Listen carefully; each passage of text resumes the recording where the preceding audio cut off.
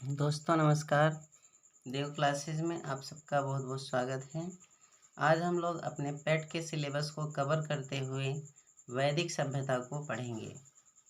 दोस्तों 1750 बीसी के बाद 1500 बीसी तक लगभग 250 वर्षों तक किसी सभ्यता का कोई विशेष पहचान हमें नहीं मिलता है, लेकिन उसके बाद 1500 बीसी से मतलब ईसा पूर्व से हम लोगों को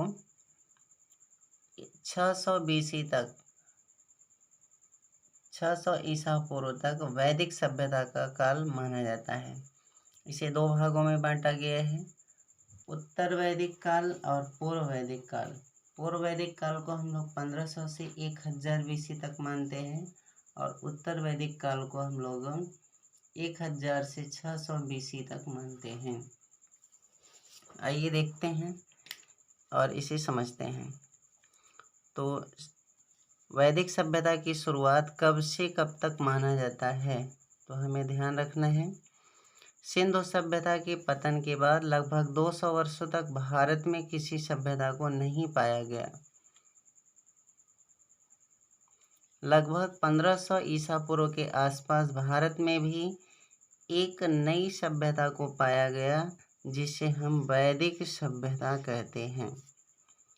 इसका काल लगभग 1500 बीसी से 600 बीसी तक माना जाता है। यह एक ग्रामीण सभ्यता थी। वैदिक शब्द वेद से बना है, जिसका अर्थ है ज्ञान। इस सभ्यता के निर्माता आर्य थे। आर्य का अर्थ है श्रेष्ठ या उत्तम व्यक्ति। तो इसमें आपसे 3-4 तरह के क्वेश्चन मिलेंगे। वैदिक सभ्यता का काल कब से कब तक माना जाएगा? 1500 बीसी से 600 बीसी तक। और यह एक ग्रामीण सभ्यता थी। और वैदिक शब्द का अर्थ होता है इस सभ्यता के निर्माता थे आर्य। और इस सभ्यता का अर्थ होता है, या आर्य शब्द का अर्थ होता है श्रेष्ठ या उत्तम व्यक्ति। वैदिक सभ्यता को कितने भागों में बांटा गया है? तो अध्ययन के सुविधा की दृष्टि से वैदिक सभ्यता को 2 भागों में बांटा गया है। ऋग वैदिक या पूर्व वैदिक काल, जिसे हम 1500 से 1000 बीसी तक मानेंगे, और उत्तर वैदिक काल, जिसे हम 1000 से 600 बीसी तक मानेंगे। फिर प्रश्न उठता है कि आर्यों का मूल निवास कहाँ था? तो आर्यों के मूल निवास के बारे में इतिहासकारों में मतभेद है। मैक्स मूलर के अनुसार आर्य मध्य एशिया से भारत आए थे और इनका ही मत सबसे प्रचलित व सर्वमान्य है। डॉक्टर संपूर्णानंद के अनुसार आर्य आल्प्स पर्वत क्षेत्र से माने यूरेशिया से भारत आए थे, जबकि बाल गंगाधर तिलक के अनुसार आर्य आर्कटिक ध्रुव से भारत आए थे। स्वामी दयानंद सरस्वती के अनुसार आर्य तिब्बत से भारत आए थे। अब जैसे हमें ये सोचना चाहिए कि आर्यों के बारे में जानकारी किन स्रोतों से मिलता है, तो आर्यों के बारे में जानकारी 2 स्रोतों से मिलती है, पुरातात्विक स्रोत और साहित्यिक स्रोत। किन पुरातात्विक स्रोतों से आर्यों के बारे में जानकारी मिलती है? तो दोस्तों पुरातात्विक स्रोतों में खुदाई से प्राप्त अवशेषों या अभिलेखों से जानकारी मिलती है। बोगस कोई अभिलेख वेरी इम्पॉर्टेंट है। बोगस कोई अभिलेख 1400 बीसी का है। इससे इंद्र, वरुण, मित्र, नासत्य आदि का उल्लेख मिलता है। इससे यह पता चलता है कि आर्य मध्य एशिया से भारत आए थे। और थोड़ी देर पहले ही हमने सीखा कि यह मत दिया था मैक्स मूलर ने। यह अभिलेख कहाँ स्थित है? मध्य एशिया में है। पूर्व वैदिक काल में गैरिक मृदभांड मिट्टी के बर्तन पाए गए हैं। उत्तर वैदिक काल में चित्रित धूसर मृदभांड पाए गए हैं। इन स्रोतों से वैदिक सभ्यता के बारे में जानकारी मिलती है। ठीक। किन साहित्यिक स्रोतों से वैदिक सभ्यता की जानकारी मिलती है? तो जब किसी सभ्यता की जानकारी किसी पुस्तक, लिखी गई किताब से मिले तो इसे हम साहित्यिक स्रोत कहते हैं। ठीक है। इसकी जानकारी हमें वेदों से मिलती है और वेदों की संख्या है 4: ऋग्वेद, सामवेद, यजुर्वेद और अथर्ववेद। अब आइए इन चारों वेदों के बारे में जानते हैं। इनसे बहुत अधिक प्रश्न पूछता है। ऋग्वेद के संकलनकर्ता कौन थे? तो ऋग्वेद सबसे प्राचीन वेद है। इसके संकलनकर्ता कृष्ण द्वैपायन वेदव्यास थे। इसमें 10 मंडल, 1028 सूक्त थे। प्रथम एवं 10वां मंडल सबसे नया है। इसके तृतीय मंडल में गायत्री मंत्र का वर्णन है। इसके रचयिता विश्वामित्र हैं। इसके 7वें मंडल में दशराग्य युद्ध का वर्णन है और इसका नया या 9वां मंडल वर्ण व्यवस्था का वर्णन करता है। ठीक है। संगीत का वेद किसे कहा जाता है? तो सामवेद को संगीत का वेद कहा जाता है। किसे कहा जाता है? सामवेद को। इसमें स्वरों का सर्वप्रथम प्रयोग हुआ। जिन ऋग्वेद के मंत्रों को गाया जा सकता था उन्हें ले जाकर सामवेद में रखा गया है। फिर है यजुर्वेद का संबंध किससे था? तो यज्ञ की विधियों का वर्णन हमें यजुर्वेद से मिलता है। यह गद्य व पद्य दोनों में लिखा गया है। सबसे अंतिम वेद कौन सा है? तो सबसे अंतिम वेद अथर्ववेद है। इसमें जादू टोना, वशीकरण आदि की विधियों का वर्णन है। अथर्ववेद को ब्रह्मवेद या श्रेष्ठ वेद भी कहा जाता है। यह सामाजिक क्रिया से जुड़ा वेद है। फिर प्रश्न है ऋग्वेद का अध्येता कौन होता था? तो अध्येता का मतलब दोस्तों होता है उसको पढ़ने वाला या गाने वाला। तो ऋग्वेद के अध्येता को होत्री कहते थे। इसके उपवेद को आयुर्वेद कहा जाता है। फिर अगला हम लोगों का प्रश्न है सामवेद का अध्येता कौन होता था? तो इसके अध्येता को उद्गाता कहा जाता था। इसका उपवेद गंधर्व वेद है। ठीक है। यजुर्वेद का अध्येता कौन होता था? तो इसका अध्येता अध्वर्यु होता था। माने इसके गाने वाले को क्या कहा जाएगा? अध्वर्यु। और इसका उपवेद था धनुर्वेद। अथर्ववेद का अध्येता कौन होता था? तो इसके अध्येता ब्रह्मा थे। इसके अध्येता कौन थे? ब्रह्मा। और इसका उपवेद शिल्पवेद था। ठीक है। आगे आइए देखते हैं।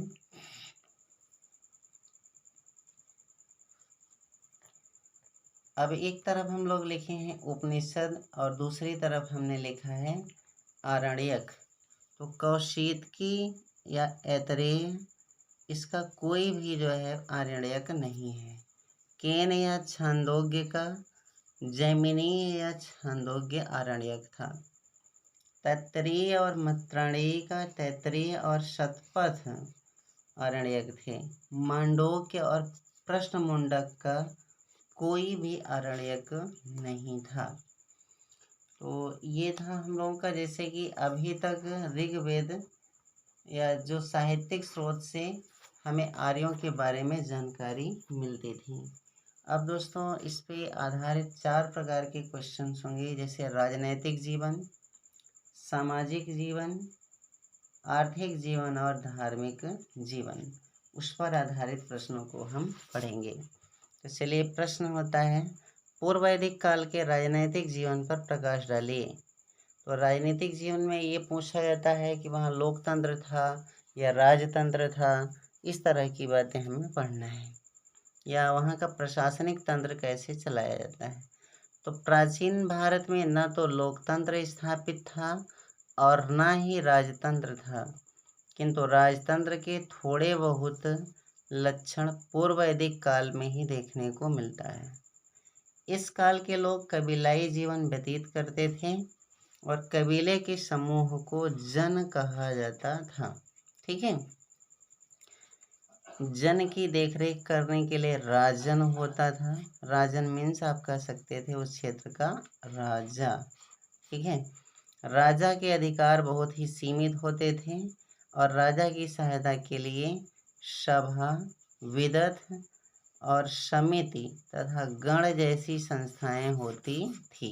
ठीक है, समिति पूरे कबीले के आम लोगों की समिति थी, जिसमें पुरुषों के साथ महिलाएं भी शामिल होती थी, जबकि सभा कुलीन वर्ग के लोगों की सभा थी।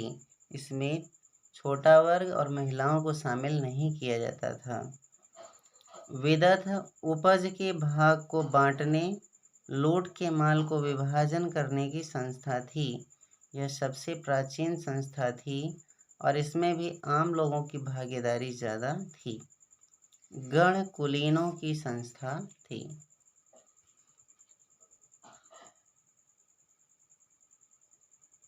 सभा व समिति के महत्व को देखते हुए इसे प्रजापति की दो पुत्रियां कहा गया है। तो प्रश्न पूछता है कि प्रजापति की दो पुत्रियां किसे कहा गया है।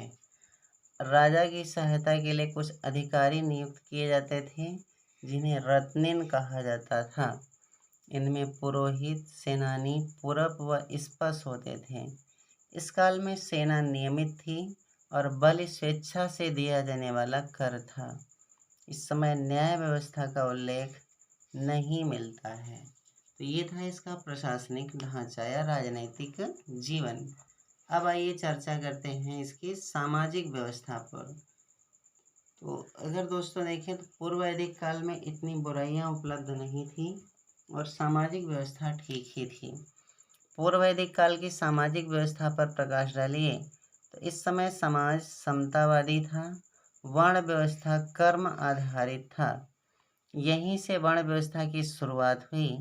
ऋग्वेद के 10वें मंडल में वर्ण व्यवस्था का वर्णन है। दास प्रथा का प्रचलन था। परिवार या कुल सबसे छोटी इकाई थी।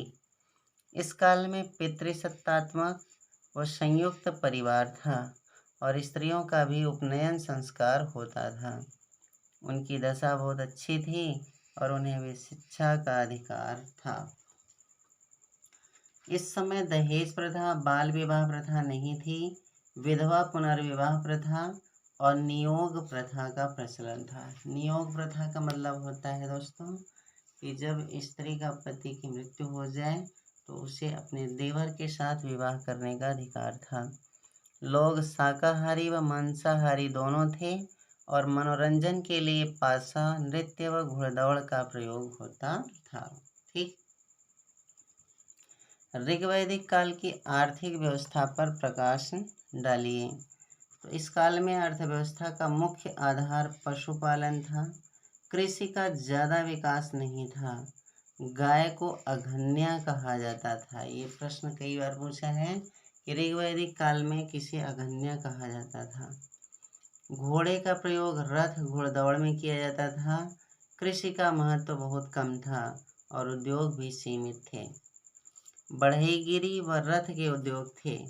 व्यापार वस्तु विनिमय द्वारा होता था। इसका मतलब मुद्रा की खोज नहीं हुई थी।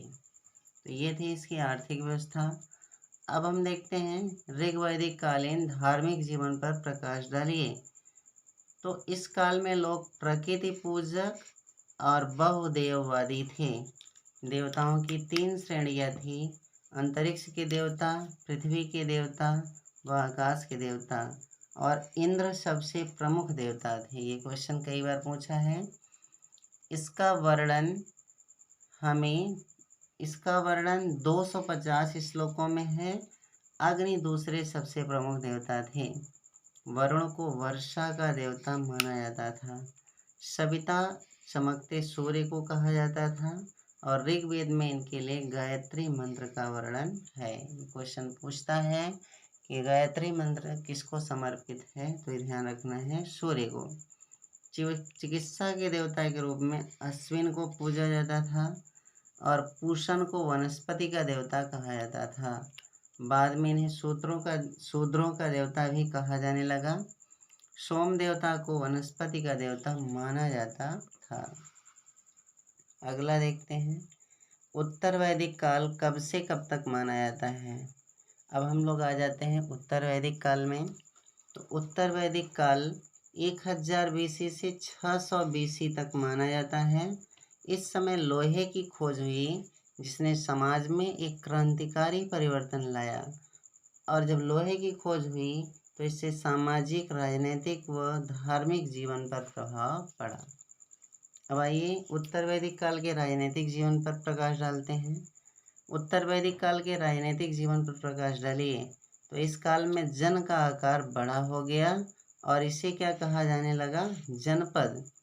उत्तर वैदिक काल के बाद इसे महाजनपद कहा जाने लगा। राजा का महत्व बढ़ गया तथा शक्ति में वृद्धि हो गई और राजा का पद वंशानुगत हो गया।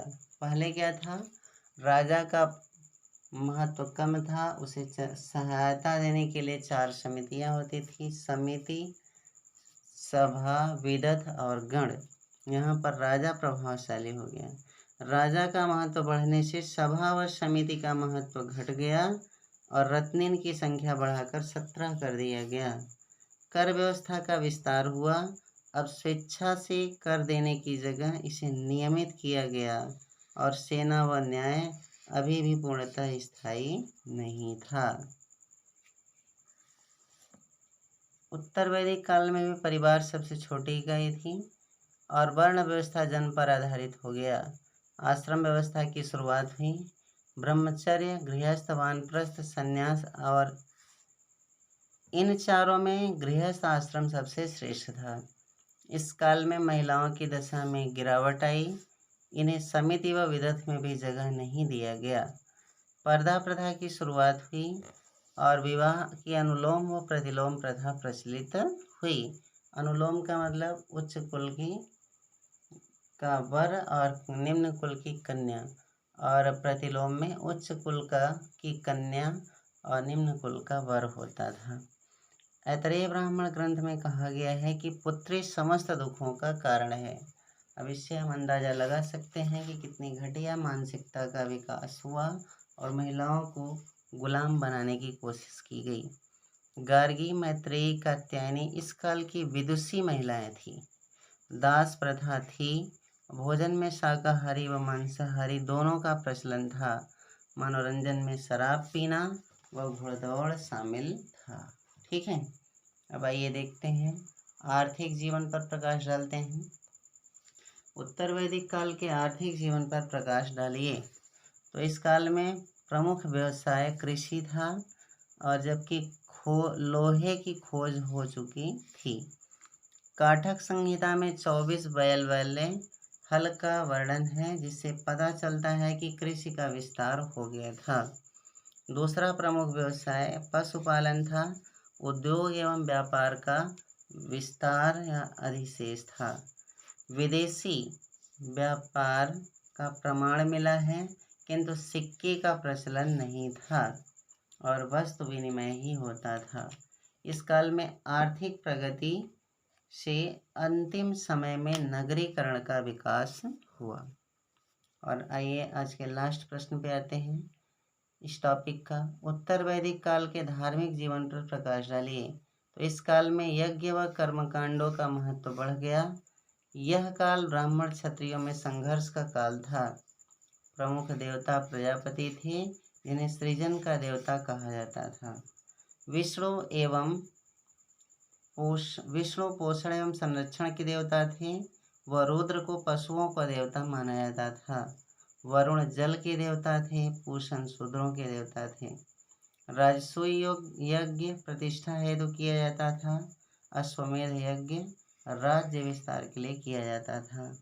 यज्ञ में कर्मकांड व बलि की प्रधानता होती थी। कर्मकांडों की प्रधानता होने से उपनिषदों में इसकी निंदा की गई है। अब हम लोग आगे देखते हैं। कुछ प्रमुख नदियां हैं और वर्तमान में उनका नाम। तो वितस्ता का वर्तमान में नाम है झेलम। परुष्णी को रावी कहा जाता है। सुतुद्री को सतलज, अस्किनी को चिनाब, सदानीरा को गंडक और कुभा को काबुल, विपाशा को व्यास, सरस्वती को घग्गर नदी कहा जाता है। तो ये था हमारा दोस्तों वैदिक सभ्यता का पार्ट 1 और इसके कुछ महत्वपूर्ण फैक्ट है इसके दूसरे पार्ट में, और साथ ही 16 महाजनपदों का वर्णन कल लेकर हाजिर होंगे। तब तक के लिए नमस्कार, धन्यवाद।